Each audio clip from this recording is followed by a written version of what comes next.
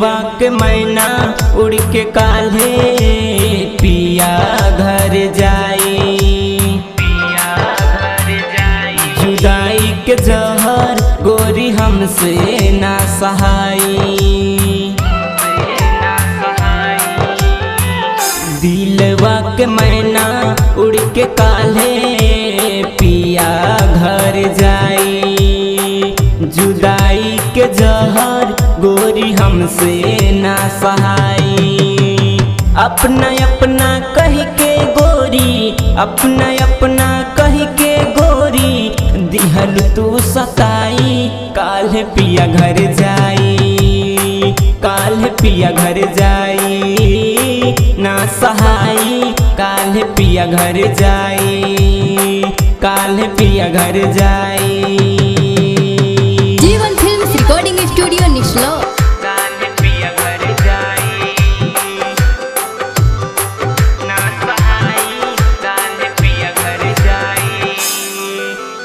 बगिया से उड़ जाइबू वापस नहीं आइबू, पियावा के पिंजरा में खेलबू खेलैबू। पियावा के पिंजरा में खेलबू खेलैबू।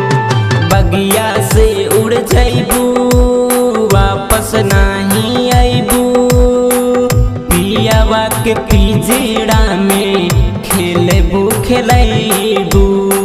अब त पूरा टूट गइल बा, अब त पूरा टूट गइल बा, हाल का सुनाई। काल्हे पिया घर जाई, काल्हे पिया घर जाई ना सहाई।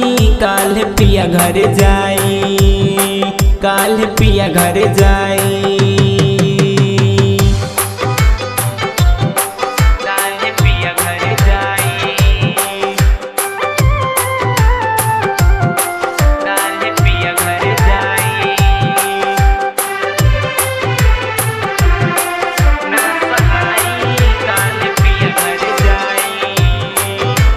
सपनों में ना सोई तोहरे में बस खोई, सुशील जीवन के दिलवा अब रोई। सुशील जीवन के दिलवा अब रोई। सपनों में ना सोई तोहरे में बस खोई, सुशील जीवन के दिलवा अब रोई। मीठा मीठा बोल के अब, मीठा मीठा बोल के अब बनलू तू कसाई। काल्हे पिया घर जाई, काल्हे पिया घर जाई ना सहाई। काल्हे पिया घर जाई, काल्हे पिया घर जाई।